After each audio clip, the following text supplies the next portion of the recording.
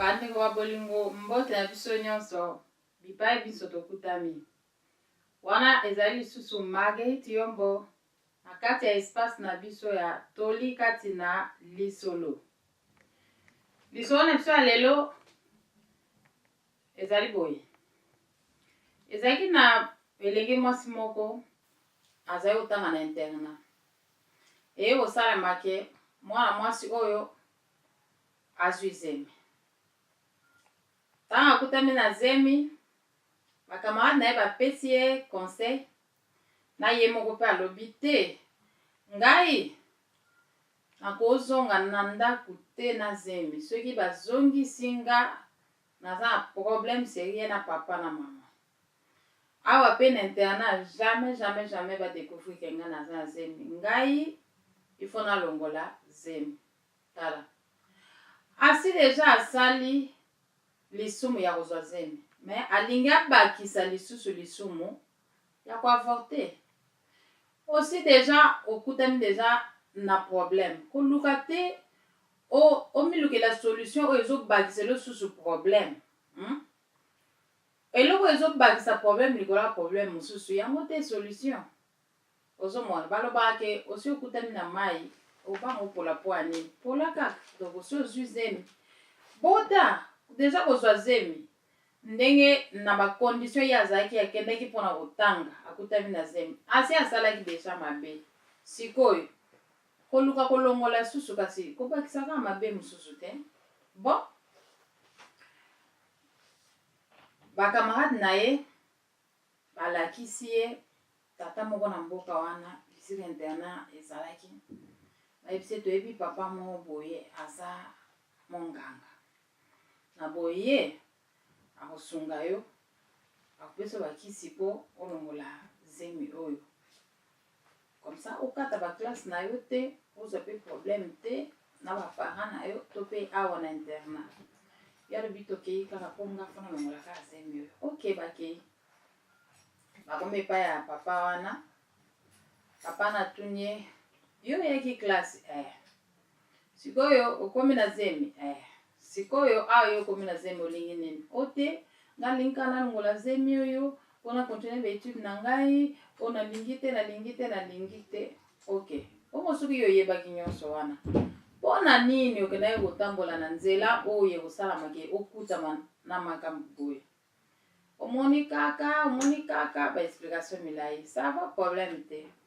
Papa na yebise boye ngai nazo ede yo mpona kolongola zemi oyo nazosalela yo naopesa yo bakisi me yebaka kisi oyo nga nazopesa yo eza makasi nga naza monganga. Alors po bobika yo bika zemi elongwa me yo tikala na bomoi il faut olanda ba instruction na ngai na kopesa yo. Soko tosi yango te ozo riske non seulement mwana kei me na yo pe oke ozo riske bokende bino mbale. Tala mutazo lenga. Na yoki docteur. Na kosala ndenge olobi docteur. Ok. Docteur apesi bakisi. Ayebisi so bakisi oyo. Soko osilisi yango ozongelinga. Pe bakisi oyo nga na pesi yo.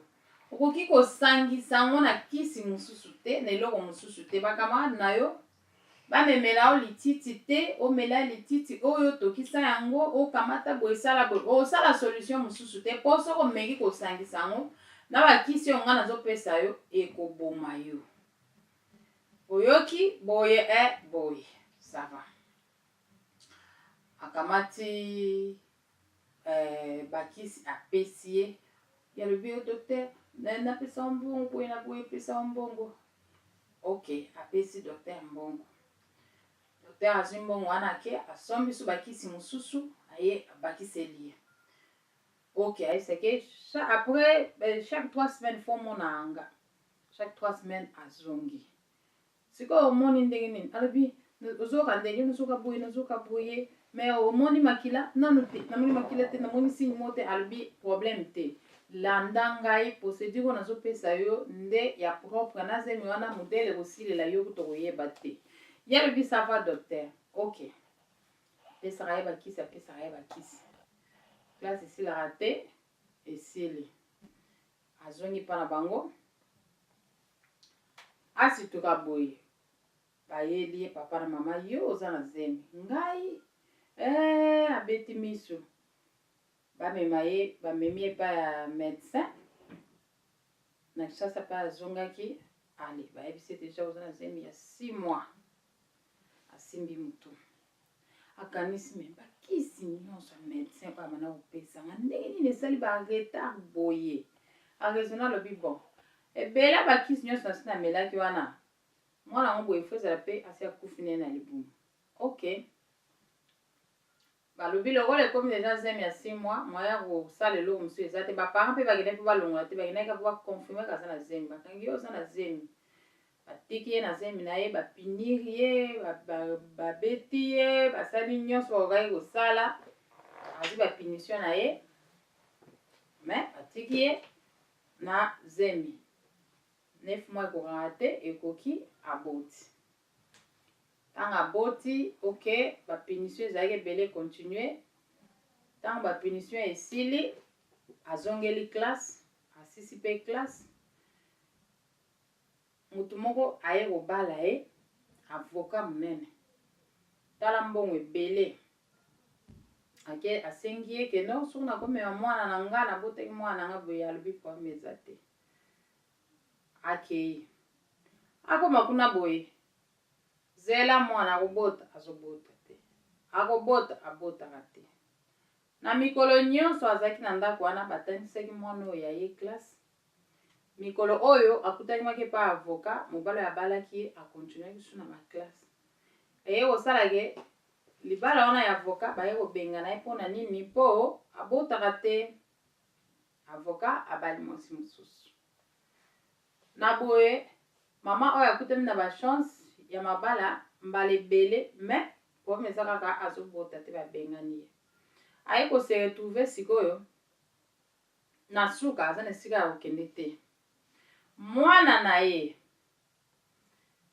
abandaki toujours kotanga baklasse alors moko ya mobali oyo abalaki parmi bato oyo base présentaki epa na ye ayebaki na kotinda mwana oyo na poto mwana ayekoli baklasse mwana ntango aye kozonga asala entreprise ne monene mwana aketala bo place mama na nga azovanda mpo ntango mwana akomozonga akuti deja libala mama na ye se ekufaki mpo mama banda kobota te akekuta place mama azovanda abi mama na nga boye te asombeli mama lupango monene atongeli ndako kitoko atie mama na bacondition ya bien donc asombeli mutuka apesi chauffeur akumbaka ye mama aza bien baprovision asalelaka ye argent de poche ese mama na ngai okozanga eloko moko te il faut toujours osengaka ngai bandeko mama oyo mokomoso avandi aye kokutana na camarade na ye bazalaka na internat na lere wana azalaka na zemi ya mwana wana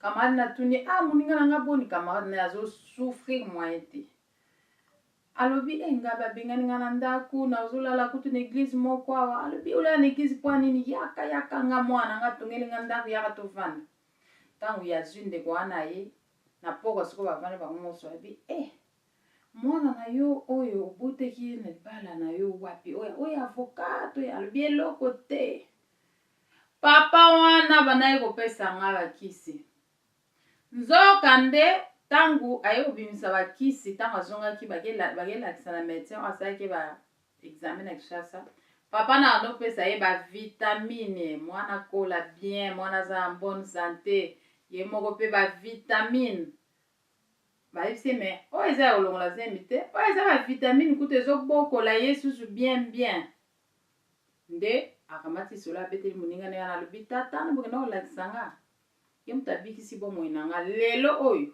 na nga nakutama wapi na nga nasuka wapi yo kutu tala ndenge okutami okomolaka na eglise bongo nga moto nabota te nani alinga atala ngai alors mama oyo ake abeteli mwana na ye lisolo alobi papa tala boye nazalaki mwana moke nayebaki te tala boye me papa moko moto asungaki ngai po yo ozala mwana na atangisi ma ya miso alobi bon mama yo kozalaki atangisi ma ya miso ntango asisi apangwisi alobi bon tu étais jeune, oyeba ipete na nini ozosala me. Nalingi namona papa wana. Bandeko. Bakei ti na mboka wana. Bake na fin bage okuta ye. Aza nanu vivant. Mutuna yango. Batuni papa wana. Olingi nasalela yo nini? Question yango yo. Mutuna yango lokola etuna maye pa ya ndeko moko na Biblia. Balobi ne olingi nasalela nini? Papa wana akutami na mutuna wana batuni ye. Olingi nasalela yo nini? Bandeko nalingi po répondre nesika papa oyo. Nalingi pe bo répondre na esika ya mwana oyo akomi patron munene ya entreprise eza ya ye. Aza na mbongo ebele. Asalela papa oyo nini? Bandeko soki mutuna oyo batunaki yo. Olingi to nasalela yo nini? Réponse na yo ezali nini? Alors, lisolo muke pa na biso. Ya mingi conseil epai na bino, tope biyano epai na bino. Wana, obosana te, bokomeli biso, bopesi ba conseil na bino, bopesi ba réponse na bino, basalela o nini soko zaki papa wana, pe yo loba, mwana mbali oyo, asalela papa wana nini, po soki ezaki yete, mbele ye, mdeko wana po mwena ye, sukaki apatkaka na libuma mama. Merci mingi, pona lisolo na biso alelo, tosuki awa. Kona bo moi, apambola bino. À la prochaine, merci. Bye bye.